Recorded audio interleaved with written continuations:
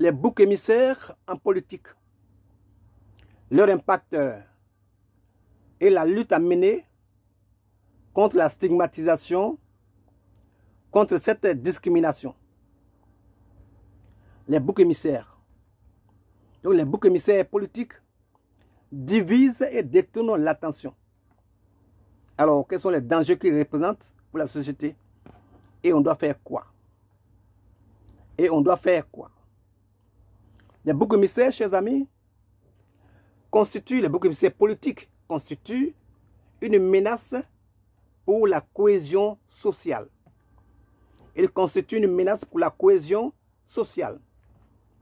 Un bouc émissaire est un coupable fictif, un coupable inventé pour ne pas assumer nos responsabilités, pour, masquer nos lacunes, pour masquer notre amateurisme en termes de résolution des problèmes, en termes de gestion des difficultés. Alors, on peut les appeler également les boucs émissaires, on peut les appeler également des victimes expiatoires, des coupables désignés, des souffres-douleurs, des otages symboliques ou des sacrifiés. Chers amis, bonjour. Germain Sewe. Vous avez été l'objet des boucs émissaires par un régime, dans une institution quelque part, dans une entreprise, etc. Et vous en avez véritablement souffert. Je vous salue. Je vous salue, chers amis. Le terme bouc émissaire trouve son origine dans des rites religieux où un animal était symboliquement chargé des fautes d'une communauté avant d'être sacrifié, avant d'être banni. Un exemple historique du bouc émissaire animal est celui du bouc rituel dans l'Ancien Testament. Le bouc, c'est-à-dire le papa du cabri. Lors de la fête juive du Yom Kippour, un bouc était symboliquement chargé des péchés du peuple d'Israël par le grand prêtre. Puis il est chassé dans le désert pour expier les fautes de la communauté. Chers amis, un autre exemple plus contemporain, bien que métaphorique, est celui du corbeau en littérature. Le corbeau en littérature. Dans certains récits, cet oiseau est accusé, est associé au malheur, c'est-à-dire oiseau des malheurs, et accusé à tort d'annoncer des catastrophes, alors même qu'il n'en est pas responsable. Alors, dans le cas des politiques, un individu peut également être transformé en bouc émissaire. Par exemple, en période de crise économique, un ministre des Finances peut être tenu pour seul responsable de la mauvaise situation, alors que les causes réelles sont multiples et structurelles.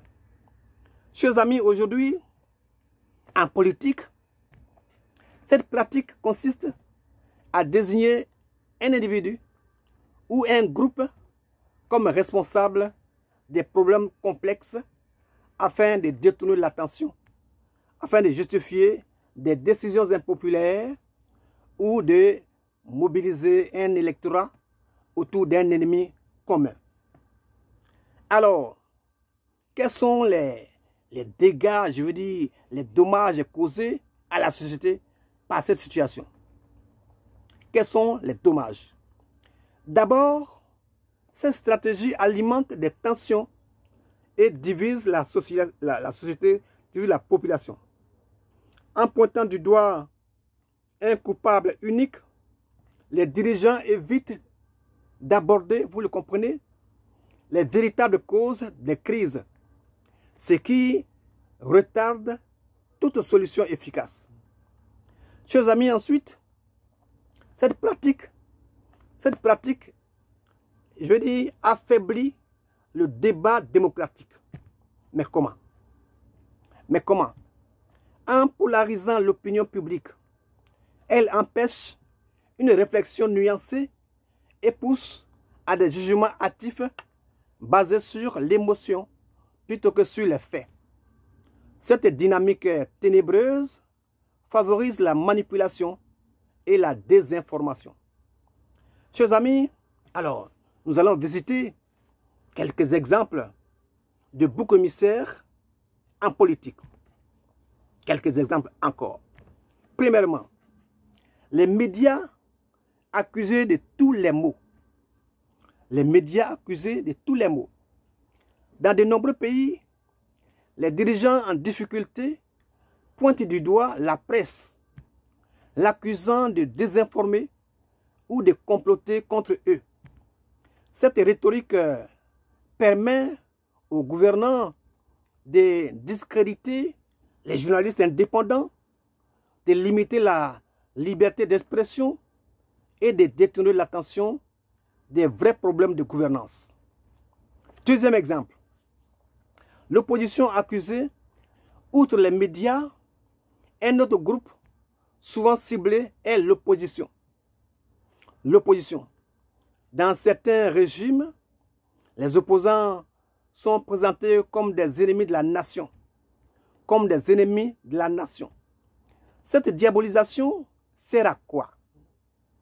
Elle sert à quoi? Elle sert à justifier la répression et à museler toute contestation légitime, fragilisant ainsi le multipartisme, pour ne pas dire le pluralisme politique. Troisième exemple.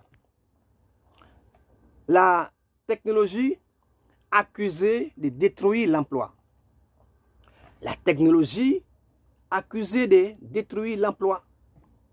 Enfin donc, certains dirigeants vont jusqu'à accuser les évolutions inévitables comme la technologie pour masquer des échecs économiques.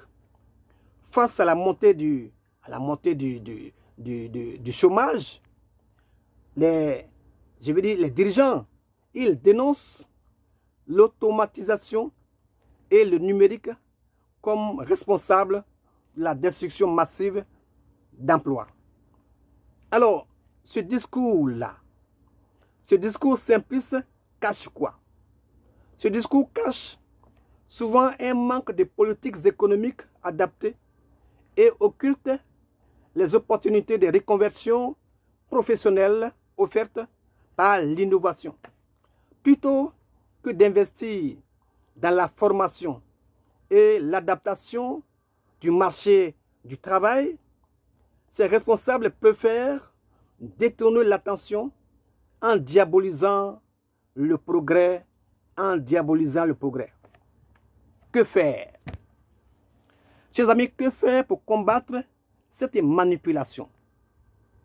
L'éducation politique et médiatique est essentielle. L'éducation politique et médiatique est essentielle. Alors, le fait de développer, le fait de développer l'esprit critique permet aux citoyens eux-mêmes de reconnaître ces manipulations et d'éviter de tomber dans des antagonismes artificiels, dans des conflits inutiles. Par ailleurs, les médias et la société civile doivent jouer un rôle d'éveil en dénonçant ces stratégies et en favorisant des débats constructifs. Ils contribuent à une vie politique plus saine et responsable. Chers amis, enfin, il appartient aux citoyens de rester vigilants face à cette technique et d'exiger des responsables politiques une véritable prise en charge des problèmes au lieu de chercher des coupables fictifs, au lieu de chercher des boucs émissaires. J'aimerais vous saluer.